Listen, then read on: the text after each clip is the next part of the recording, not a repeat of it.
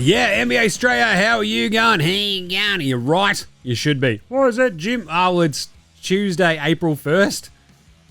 April Fools! I think the internet has ruined April Fool's Day.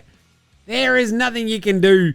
Like, once corporations started getting in on this and be like, oh, look how funny we are.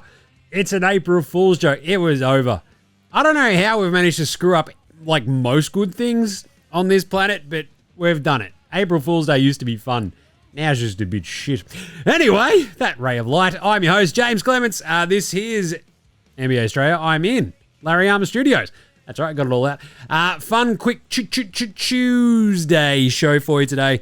We'll cover very briefly all the games. We've got some really fun news regarding Dyson Daniels, which is really cool.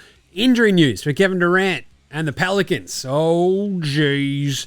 And then we're going to cracking Rockets-Lakers game, I'd say. So we'll fly through the game wraps. We've got some awards. That's not an iFile, mate. No, mate. Spud of the night. Better than Lonzo. Ball. No, yeah, nars, etc. today because it is a quick Tuesday show.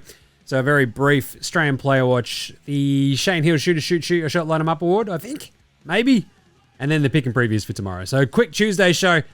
We still cover everything you need to know. That's all that matters here on NBA Australia. So let's get into it. Episode 1236 of NBA Australia. No fooling. Let's go!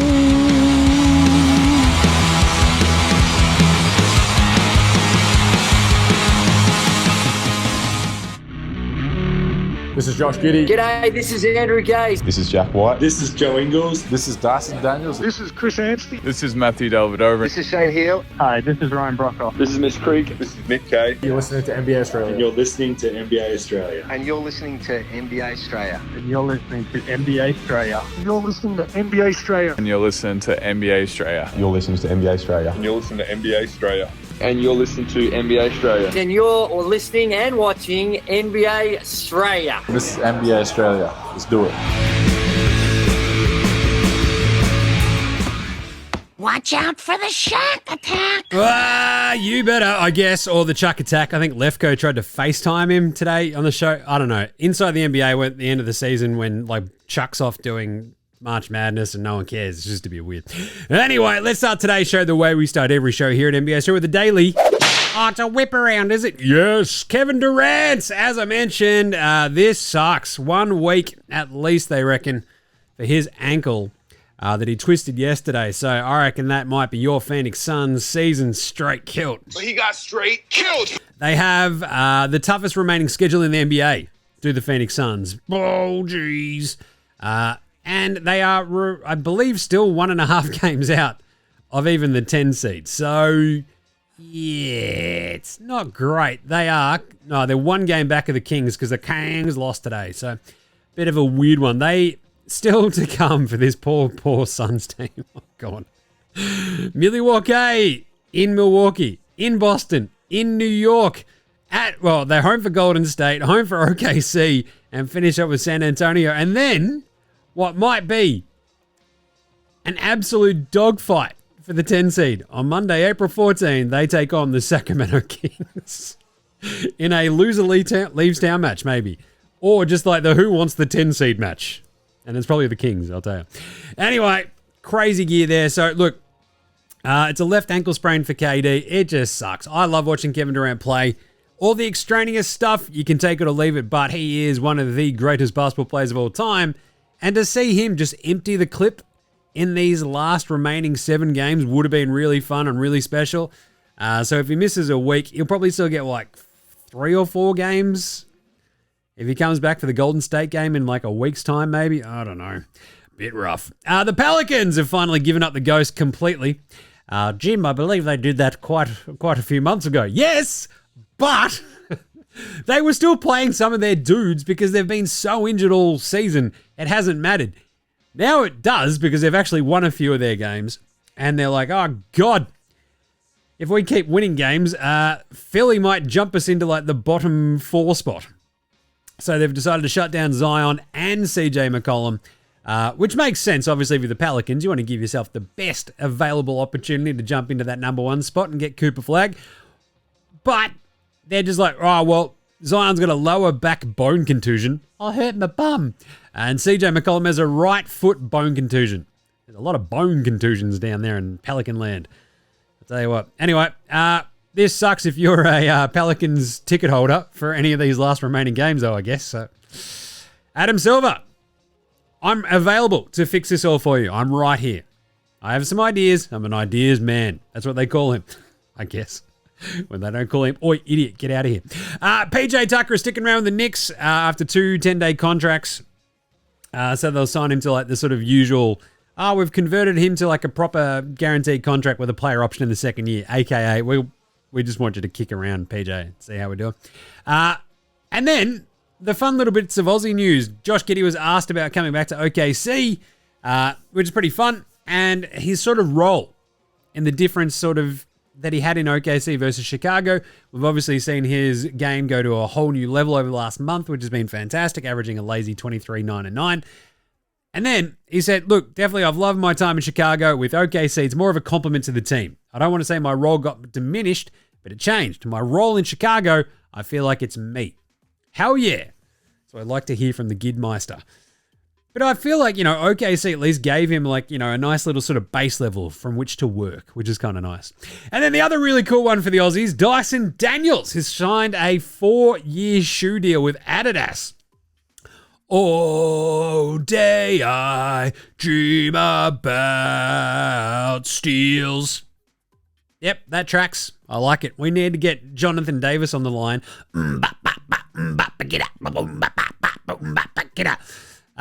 And get them to rewrite Adidas. I'm just saying. I love Korn. It was so fun seeing Korn at Good Things. I'm standing there going, they've got like 5 songs that rule and everything else kind of sucks. That was my vibe. Watching them, you're like, this tracks. Either way. All day I dream about steals, Dyson Daniels, an Adidas athlete. Love that for him. And then finally, players of the week were announced. You got Paolo Banchero.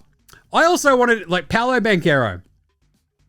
There's a part of my brain that just goes, Jim, pronounce his name like you'd pronounce Munch on Muncheros. I'm like, oh. Do you remember those? Back in the olden days? Munch on Muncheros. You've got a munch on Muncheros. And then the bloody Holden Rodeo ad stole their song. It's like, what are we doing here? Munch on Muncheros. So I want to call him Paolo Banchero just for last, but anyway. And the other one was Jalen Green. So a couple of good young players getting some final, tips of the hat in the last couple of weeks of the season with the players of the week. Very nice. Right, very quickly, game wraps from today because as I mentioned on the this morning's video, only a couple of these games mattered. So let's do it. Game wraps, game wraps, game wraps, game wraps. Utah got beaten by Charlotte. Who cares? 110-106. This was essentially Charlotte just tacking on an extra win. Utah still to stay at 16 wins, same as Washington. Sure. The race to the bottom. The Clippers beat Orlando, which was actually an important game because the Orlando Magic stick in 8. They're 36-40 without Paolo Banchero being able to, he emptied the clip. Franz Wagner missed a bunch of shots and nobody else on that team is any good. They need a point guard. It's chaos. Without Suggs, they're just cooked. And the Clippers, though, that keeps them right in the hunt for the 6th seed. They're only a half game back of the Warriors now. Just keep an eye on the Clippers. Zoobs is awesome. Harden was awesome. They went on a really good road trip, went 3-1. Fantastic work by the Clippers. Sacramento Indy, the Tyrese Halliburton versus Domantas Sabonis, the Souvlaki King Bowl. That's a bloody mouthful. Awesome game. 111. Indy hold on to win against the Kings. Tyrese Halliburton lit it up in the fourth quarter, hit some big buckets. He ends up with 18 and 11. Naismith was unreal. He had 24. DeRozan had 31. Souvlaki King Domantas Sabonis had 25 and 16. Levine chucked in 20. It just wasn't enough. And this is why I tipped Indy. I mean, I had them in the line, but geez. The Kings put up way more of a fight. It was because the Souvlaki King was all up and about, but boom. Miami kicked the crap out of Washington, 120-94. Bam was awesome, whatever. Washington, I think they got 35 out of Jordan Poole, and he became their franchise leader in three-point makes. Rad. Boston, they've also got a three-point make leader now as well. And it's Derek White. He went past Isaiah Thomas. Crazy gear. We're going to talk about that later in the Shane or Shoot to Shoot. 6-0, the Celtics go on this road trip after just basically holding... Memphis were leading this one pretty handily, and the Celtics went, hang on a second, you fired your coach, you're bad, we're good, so check this out. And just absolutely gave them the old 1-2 Costa Zoo, ran over the top of them. 117-103. Tatum was fantastic. They're just rolling, right? White was really good. They have just gone 6-0 on this road trip. That's the best in Celtics franchise history, which is pretty good because the Celtics have been around for, that's right, forever. So that's pretty, like, you think about the 68 win team in 1973, they only had one 6+ game road trip. They went 5-2. They did have a 5-0 road trip. The 67-86 team went 4-3 and 3-2, not even close. The 66 win team from 2008 didn't even play 6 games on the road in a row. They went 4-1 twice. That's not bloody bad. This is an insane year for Boston. 6-0 on the road trip. That's unreal. Memphis, they're cooked. We'll talk about them again in a second. Chicago got absolutely killed. So he got straight killed. OKC 145-117. We talked about it on this morning's video as well. If you haven't watched the videos, we do the drop-off vibes. Because I've rooted my foot, I'm sort of sitting in the backyard doing it with a coffee these mornings. It's been nice. Looks bloody nice. It's been beautiful in the mornings. Hanging out. The dog's just sitting there chilling out, all blind and diabetic. Poor bugger. He's like, Jim, I don't know about those picks. Anyway, and OKC ripped off another 145-point game. We had 3 of them yesterday, which is just absurd. Hasn't happened like in a million years. So very crazy. Anyway, Chicago, look, they had this one sort of coming, right? Bit of a tough one on the road, and OKC just lit it up. They just didn't miss, so good stuff there. Brooklyn 113 beat Dallas. What are you doing? Brooklyn's starting lineup.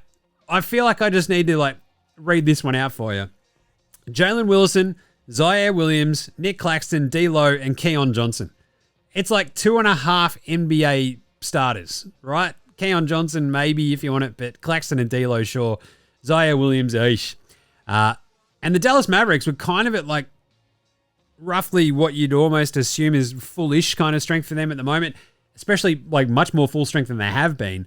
They got 12, 7, and 5 out of AD. He goes 5 of 10 in 28 minutes. They had Klay Thompson. He went 5 of 16. Dinwiddie did not get his revenge against his old team this time. He had 11 and 8, but shot 4 of 11. Dan Gafford came back, which was good. He had 17 and 7. PJ Washington, 4 of 7 for 13 points. That was weird. And Caleb Martin's playing. Najee Marshall's playing. Max Christie off the bench. And they couldn't beat Brooklyn. This is a huge loss for the Mavs because, as I mentioned earlier, right, like the Kangs and the Suns are still right there in 10 and 11. Dallas need to keep winning these sorts of games, and they just didn't. They're only a half game up on the Kings, and which means they're 1.5 games up on Phoenix. That is an absolutely abysmal loss from Dallas. And then finally, Houston Lakers was an absolute rip schnorter. Came down to the wire, and the Lakers prevail 104-98 because LeBron James blocked the absolute hell out of Alpi Şengün's last-ditch bucket. They would have made it a 2-point game still. Would have been playing the foul game, but god damn, it was good. Amen Thompson was fantastic. Dylan Brooks stinks. Fred VanVleet, just one of the all-time great Spuds of the night. He just delivers whenever you need him. It's amazing. But they got 26 and 9 out of Luka. They got 16, 8, and 4 out of LeBron. And held on because Gabe Vincent and Dorian Finney-Smith hit 6 threes each. It was ridiculous. Dorian Finney-Smith particularly was fantastic. So it's a good win for the Lakers because that breaks the Rockets' win streak. And essentially, look, the Houston Rockets are still 1.5 games up on the Nugs in the 3 spot. But it's a big win for the Lakers. That gets them within 1 game of the Nuggets in the 3 seed and puts a little bit of distance between them and the Grizzlies in the 4-5. So, good stuff there. Let's give away some NBA Australia awards, though, shall we? The NBA Australia Approved Performance of the Night. That's not a knife. That's a knife. It's a bit weird to say, but like the entirety of the Oklahoma City Thunder. 145 points on Chicago. Yeah, Chicago's defense isn't great, but they've been much better. But more importantly, SGA, J-Dub, and Isaiah Joe. What an absolute night they had.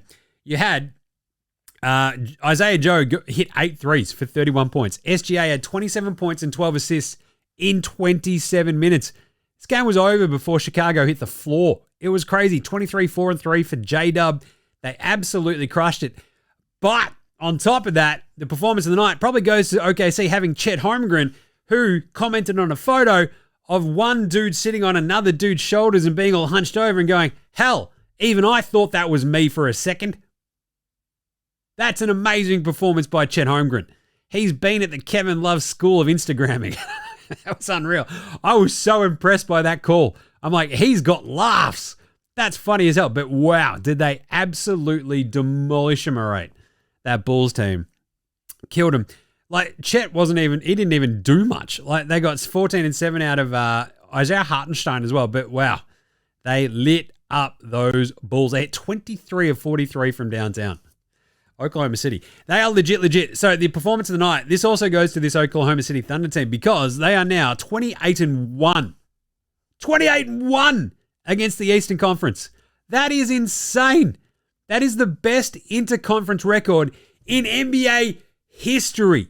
That is incredible. The best record before that was 27-3, which is the Lakers in 99-2000. You might have heard of those guys, Shaq and Kobe, couple of dudes. The Mavs 06-07 and the Warriors 15-16. Absolutely absurd. On top of that, they're now 63-12. That's pretty bloody good. How good, Jim? Well, there's only 8 other teams in NBA history that have actually gotten to 63-12 at this point of the season. 6 of 8 of them, that's 75% for those keeping track in the cheap seats. I'm no math magician. But 6 of 8 of them won the title. The other 2 were the 15-16 Spurs and Warriors, the same 2 teams that got beat. Well, one of them, basically didn't make it there, and the other one got beat by LeBron James in the craziest turnaround in NBA Finals history. So, just saying, the Thunder look pretty bloody good. Who was Spud of the night, however? Oh, no.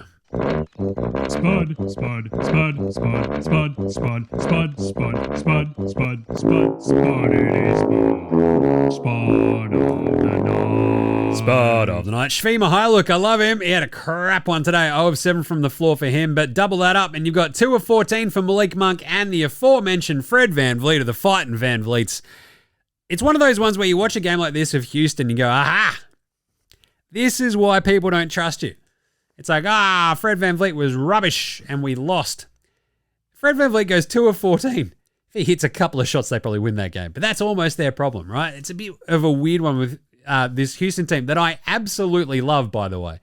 They've got athletes coming at the wazoo, but when you've still got like Fred VanVleet and Dylan Brooks spudding it up in just such a horrifying... Dylan Brooks took they were down, 4 at the end of that game. He's trying to corner 3 and just clanks it so badly. It was ridiculous. He finishes 5 of 14. You got 2 of 14 for Fred VanVleet. It's like, our veteran leadership really stood up. And Jalen Green went 4 of 13. It was just absolutely absurd gear from this young Rockets team. 3 of 17 shooting for Alexander Sarr as well. He had a bit of a rough one. But it's the Wizards, so who really cares at this point? But I would very much like to shine a light on 2 players who went and did the Lord's work today, didn't they? That's right. Bub Carrington and Derek White from downtown both shot. Oh, yeah, there it is. Chill. Woo! Yeah, they shot 3-11, they did. You'll love to see it. Fred VanVleet, though, just all time. Spud of the night. Who was Old Mate No Mates today? Old Mate No Mates. Old Mate No Mates. Old Mate No Mates. Old Mate No Mates. Old Mate No Mates. Who's got no mates today? Well, I didn't even stick the boot in enough, I reckon, on that Brooklyn loss for Dallas. It was in Dallas. Like, that is absolutely horrible. And how do you remember that this was in Dallas? Well, the day started off pretty badly for Dallas, didn't it? Because, I don't know, you might have heard of their dunder-headed GM, president of basketball, whatever his bloody job title is, the shoe salesman. Remember him? The bloke who traded away a generational talent for a busted-ass 32-year-old center who's always injury-prone. Yeah, that guy, Nico Harrison. He got called out to his face at home at the Dallas Mavericks game before Brooklyn played with a fan just like taping him. So go, fire Nico! Fire Nico! Fire Nico! Just to his face. Nico Harrison, this is all deserved. Every single Dallas fan should be just saying that at Nico Harrison for the rest of his life. He deserves it. This is what you get. You have to make hard decisions in management. Oh, I get it. Boo bloody who. You traded away an absolute idol for a franchise that lived through the Dirk Nowitzki entirety of his career. You had the chance to do it again, and you thought you were smarter than the basketball gods. Fire Nico. Also, Old Mate No Mates, Jaren Jackson Jr. shouldn't win Defensive Player of the Year just simply because he's like, yeah, look, hey, man, losing is pretty bad, but it's not that bad. We're not homeless. All right, man. Old mate, no mates as well. So the Taylor Jenkins sort of fallout continues. And the stats are like, you sort of look at this, and I made my sort of piece yesterday. And a lot of this comes down to, for me, if you're firing a coach, the biggest rule is who out there is better. And the biggest thing about this Grizzlies thing was we'll fire the other assistant who helped implement this offense that everyone's angry about, and that was kind of implemented by these assistant coaches, one of which is now the interim head coach.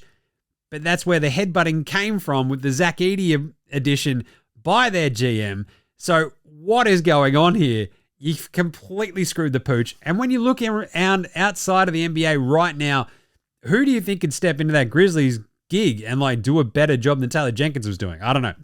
But they are 44-31 now, the Grizzlies, after today's loss, right? Which is a bit of a rough one. They lose to the Boston Celtics again. That knocks their record against teams above 500 this year to 11-22. Yeesh. They haven't beaten a team over 500 in almost 2 months. Yeah, that'll do it. That'll do. It's a bit of a tough one. So yeah, Taylor Jenkins and that Grizzlies team. That's a bit of old mate, no mates. Pantsing of the night.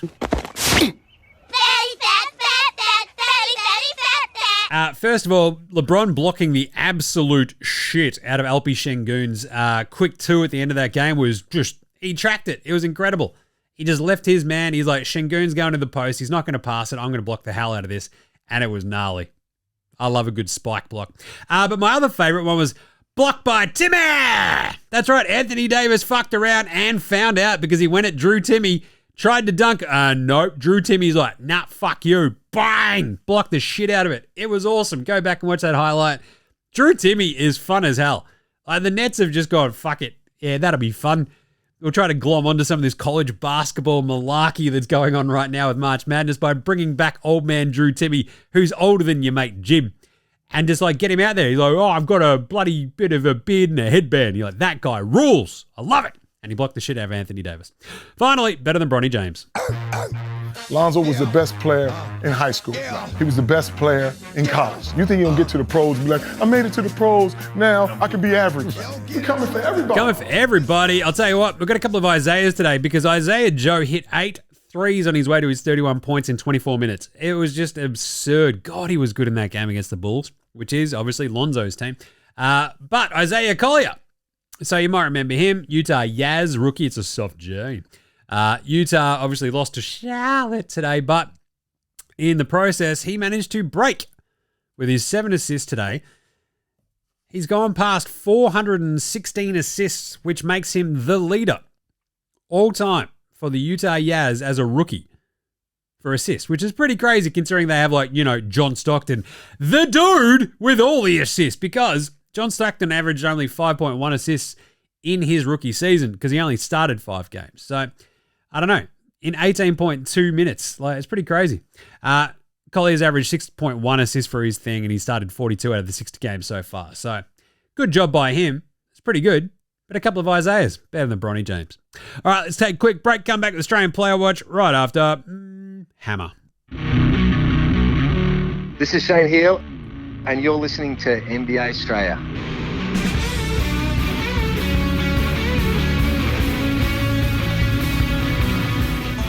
All right, let's do it. Australian Player Watch today. Very quick one because we had Josh Giddey in that loss to Oklahoma City. Did not quite get his revenge. If you're following along on our picks on Dabble, we had an awesome Josh Giddey, same gamer, looking for a big triple-double, and he was tracking pretty nicely towards it, but he only ended up playing 28 minutes, right, because they just got killed that badly. So he ends up with 15, 8, and 10. So he comes extremely close to the triple-double, and if they had not have been so bloody bad, he might have gotten to the, I think we had 20 points, maybe 10 or 12 assists. Might have been 12 rebounds, but still. Not a bad game. He shot 6 of 15, not great shooting, 1 of 5 from 3, 2 of 3 from the free throw line, but still.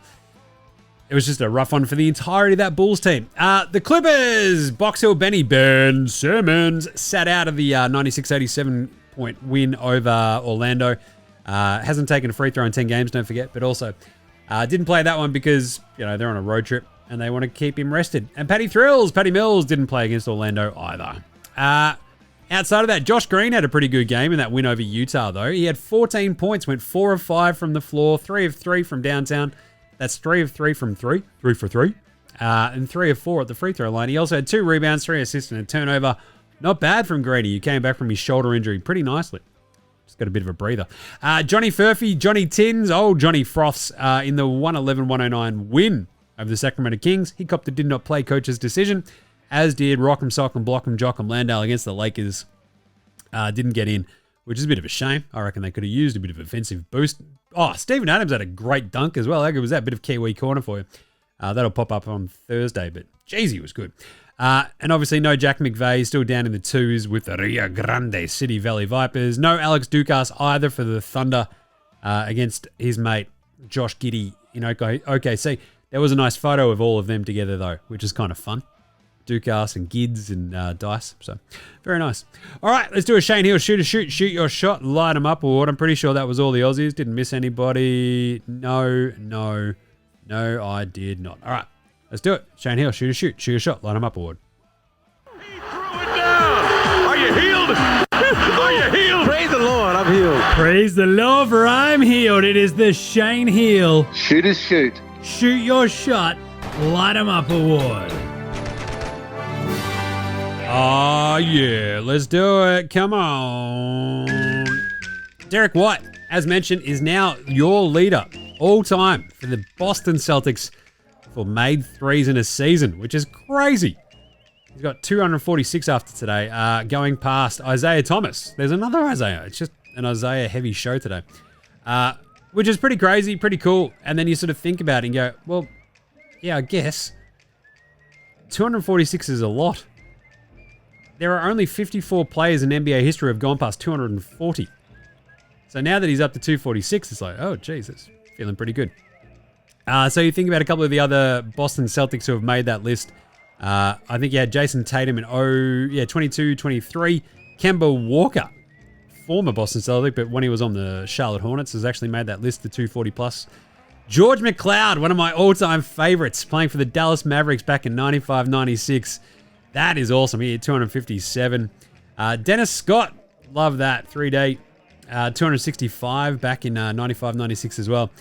And that was the last one. That was like the most in a season up until basically the 2000s, right? So you had Ray Allen hit 269 for the My Beloved Sonics back in 05-06. But either way, great stuff by Derek White to become the Boston Celtics all-time leader of made threes. Isaiah Thomas hitting that many for Boston in the 16-17 season. His magical season. It's pretty awesome. So good stuff there. And also, a bit of an extra one. Dorian Finney-Smith. And I believe you also had the two... Yeah, Gabe Vincent and Dorian Finney-Smith hit 6 threes each. The first pair of Lakers teammates in history to hit 6 threes off the bench in the same game. So that's shooting from some shooters. And Shane Hill, shoot. Not bad. All right, Paddy Mills Game Day, Baller Game Day Twitter check-in. Let's have a look and see what our man Paddy's been up to on the internet.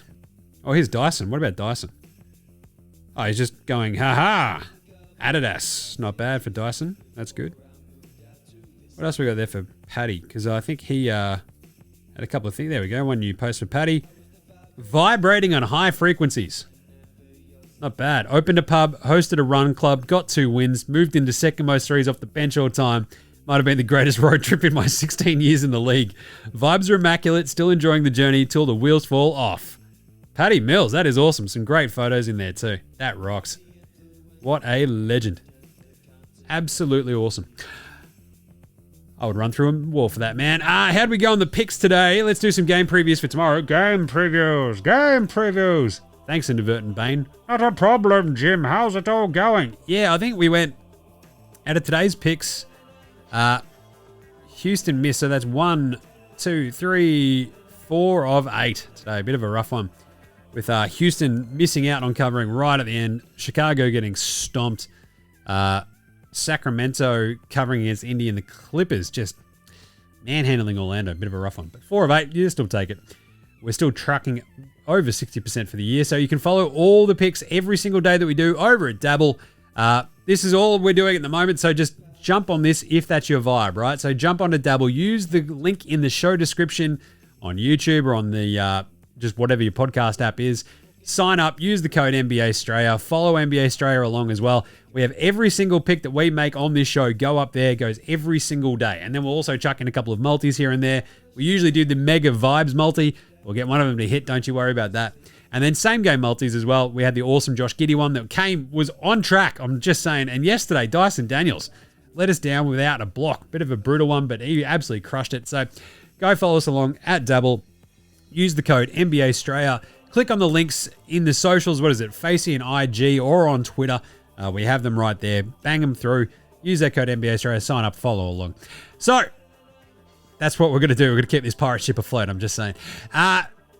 Tomorrow, we've got a randomly pretty cool... there's a couple of stinkers in here, but some cracking games as well. So we've got Portland at Atlanta. You've got Duop and Aussie Matty T up against Dyson Daniels. That's fun. I'm going to go the Blazers plus 5.5.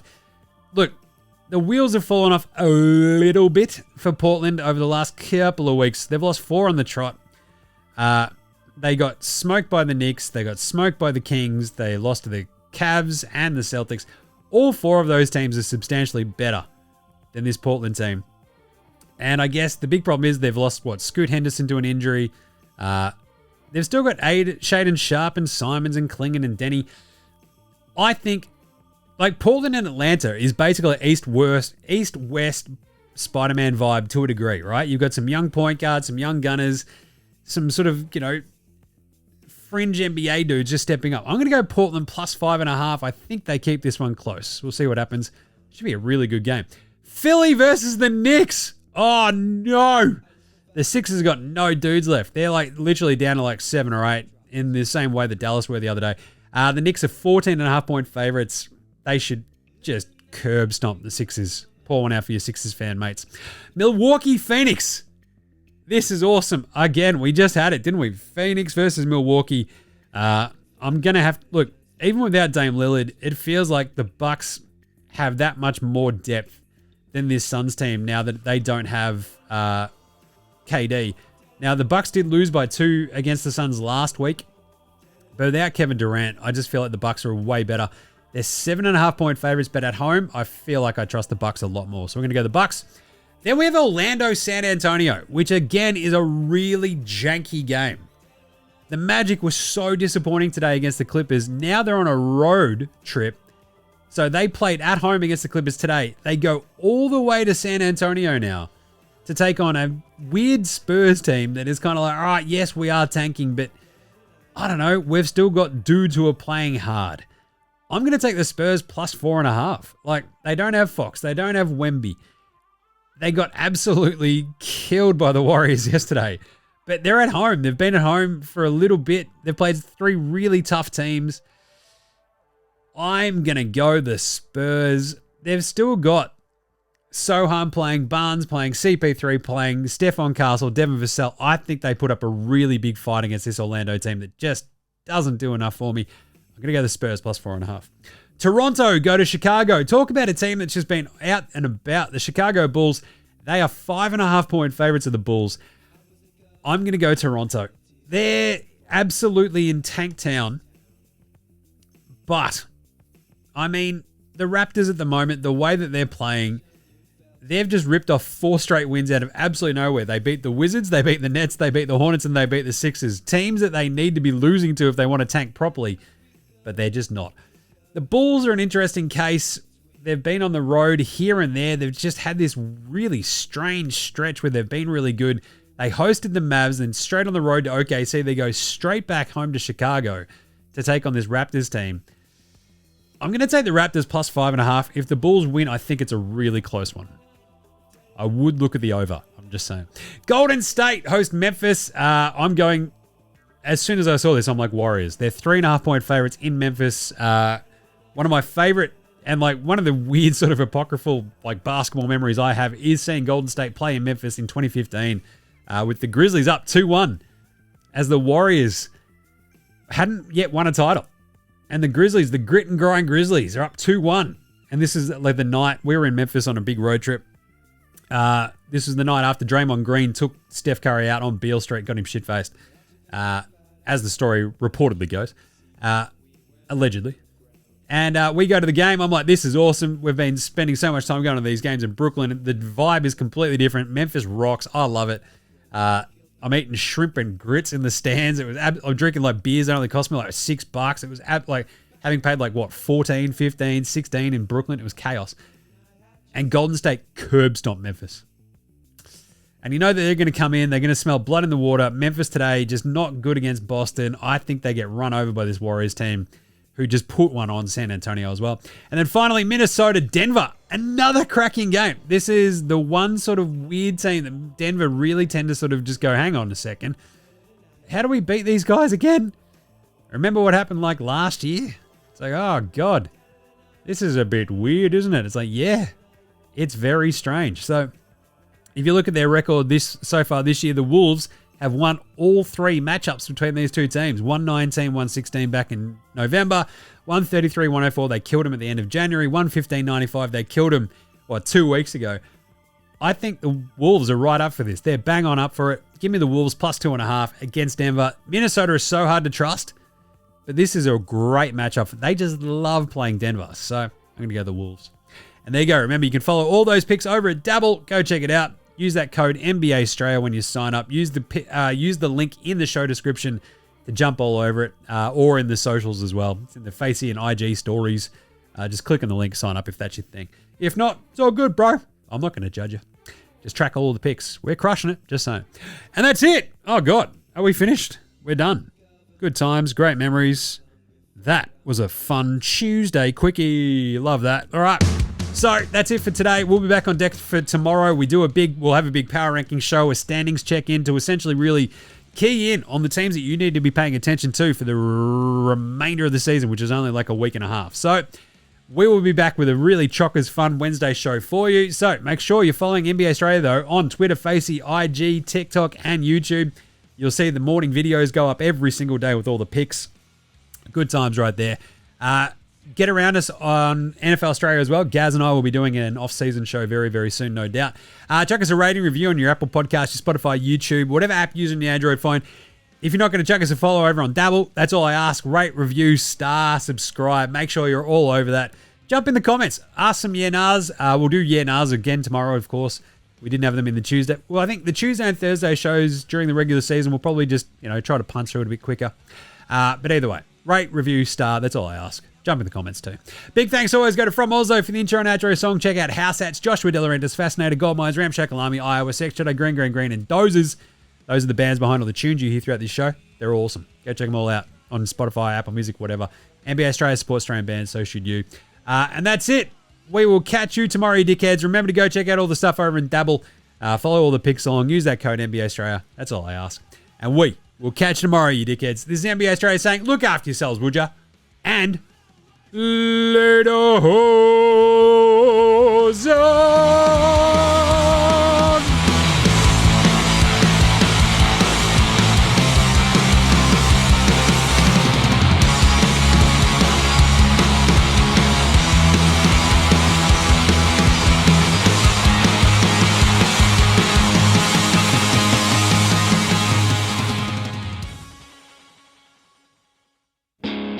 G'day, legends. Your mate Jim from NBA Australia here. That's right, I'm doing a thing at the end of the show. In the business, we call it a thing at the end of the show, I guess. I don't know. Either way, all I'm just saying is just make sure you're rating, reviewing, starring, subscribing across all of the apps that you use for NBA Australia. Jump in the comments, give us a shout. We'll bang you in yeah, nahs. Any other questions? I'll have a crack. I've got nothing better to do, basically. Also, just ask any questions, tell me what you want to hear from the show, and sing out and let us know. And of course, if you want to help support the show, jump on the old Dabble, use that code NBA Australia, click on the link that's in the show description or on the socials. It goes up whenever I do the morning vibes, etc. So if that's your thing, jump on there, use that code NBA Australia, and remember, look after yourselves, would you?